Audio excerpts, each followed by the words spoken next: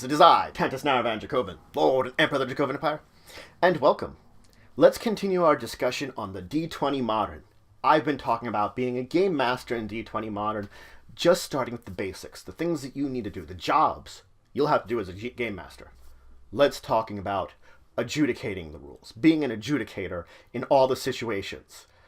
Now, you as the game master and the players are going to sit around the table, and the truth is, you have no influence of your players out of the game world.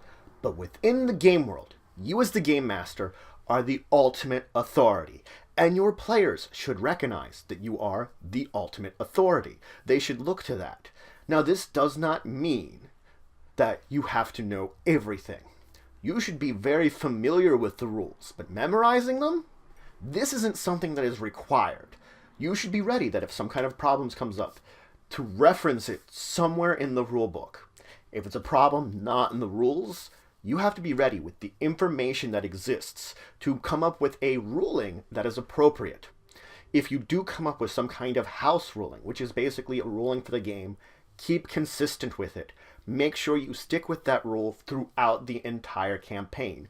You don't want to change your mind on things. You don't want to favor either the players or yourselves with the actions. You want the rules to make sense within the scope of all the rules. But your players should recognize that you are the ultimate authority here, and you can change and alter the rules as much as you want to. But here's the other caveat. You as the game master should also recognize that you shouldn't change any of these rules without good and proper reason. Justification is important for you. If you're changing this rule for good reason, then it's fine. Granted, again, you do have the ultimate authority just to throw out anything you want to, but sometimes your players may question why you're doing it if you do not have those good reasons. And the thing is, again, no disrespect to you that they will be looking to as the ultimate authority. Most of them will be looking to at least make sense in your decisions. Now, beyond the house rules is basically informal rulings. What an informal ruling is for whatever circumstance that is going on in the game, you basically make a ruling that either you can apply up to a +2 bonus or a -2 penalty. These you generally want to be consistent with circumstances, but that's what it's going to be. Very circumstantial. If something's occurring in game and you feel for whatever reason the rules aren't reflecting a bonus or penalty that's occurring to either side, either the enemies or your characters, you can effectively rule that one side gets that bonus or that penalty, or you could affect both sides. It is completely up to you how you do it, but you should limit the amount of bonus/penalty you're applying to any one group.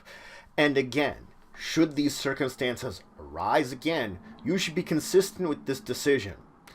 Now, it is incredibly important when you are considering changing a rule or coming up with a new rule to look at what the rules are. Every rule that is in the book was placed there for a reason. It was put together for a reason. So if I'm altering it, I have to begin to ask myself a number of questions. Why am I doing this? Am I changing it for a good reason? Why does this rule exist in the first place? And how does changing this rule affect other rulings, affect other situations that's going on? You have to think about it if you're talking about things like skills and feats and traits. They all exist for a certain reason. They benefit the characters to create more enjoyment, to make things feel balanced. If you're altering that, you have to make sure it retains that balance and it retains that level of enjoyment, that it's something that characters aren't going to be bugged by the alterations you're doing. Now, when we talk about creating some of your own, of course it's the same exact way. When I'm creating a skill, trait, feat, class, anything of the such that I am creating out of nothing, I have to think about how it's going to affect all my players. Is it something my players will desire to take or possibly want to take? Is it something that not everybody will be desperate to take because it's too powerful, or people will ignore because it's too weak? It should be something that players will look like, that'd be interesting to take.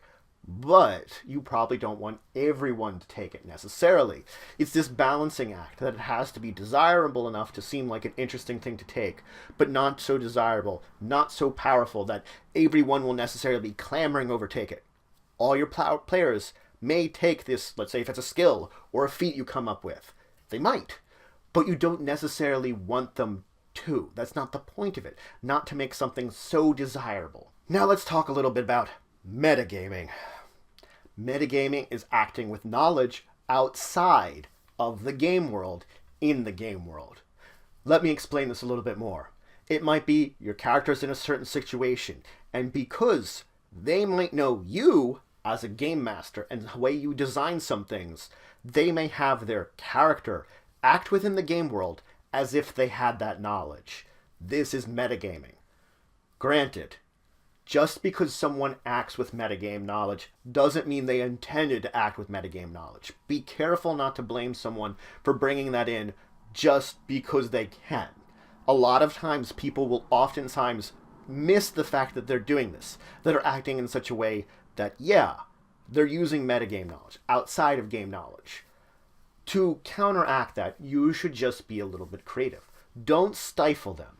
Don't instantly change things or instantly alter things that just basically puts a damper on them and halts the adventure. Because you've already designed the adventure, they might be guessing that you're doing something. Make some kind of subtle change. If they think that, oh, there's a lever around this corner, that's probably what's going to deactivate this kind of trap or something, then maybe make the lever broken. It's stuck in place. They're going to have to figure out something. Either one may have to take the time and tools to fix it, which there might be guards on the way, or something like that. Maybe there's a patrol, so maybe you were just trying to slip in very quickly. Hey, it's broken. What do we do?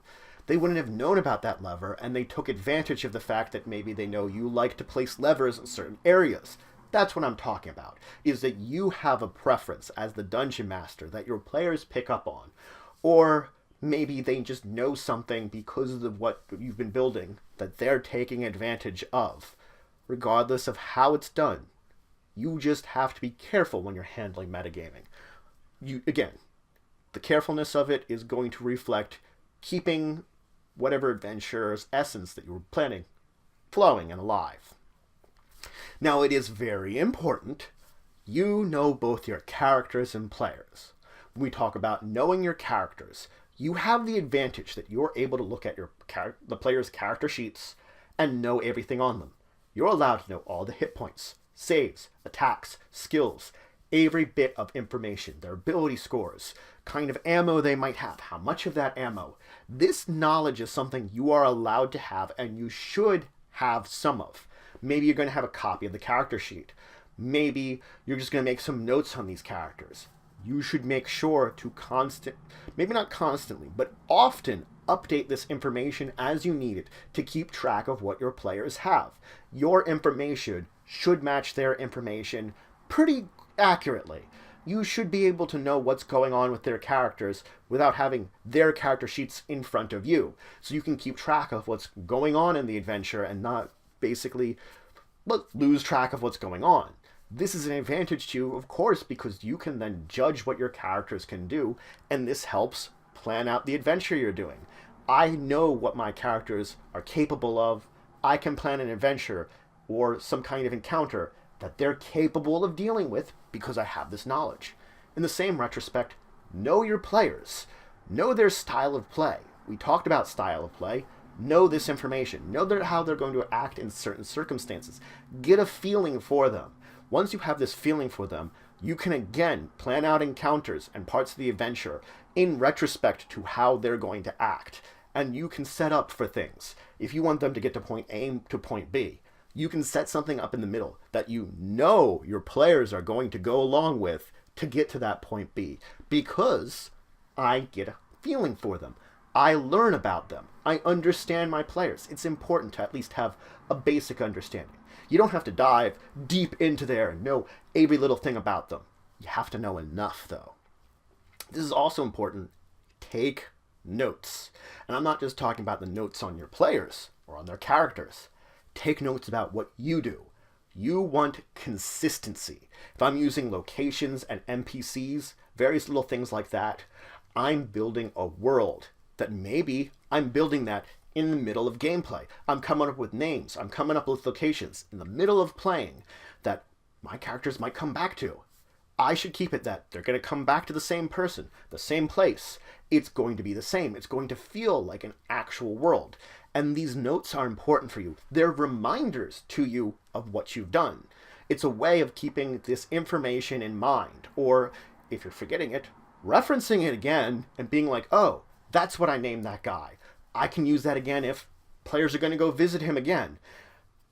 It's a little bit of consistency that not only helps you keep your world basically an organic place, but it keeps your characters engaged because things will seem like it's an actual world to them and that they're making interactions, doing effects that actually affect it. So that's it for today.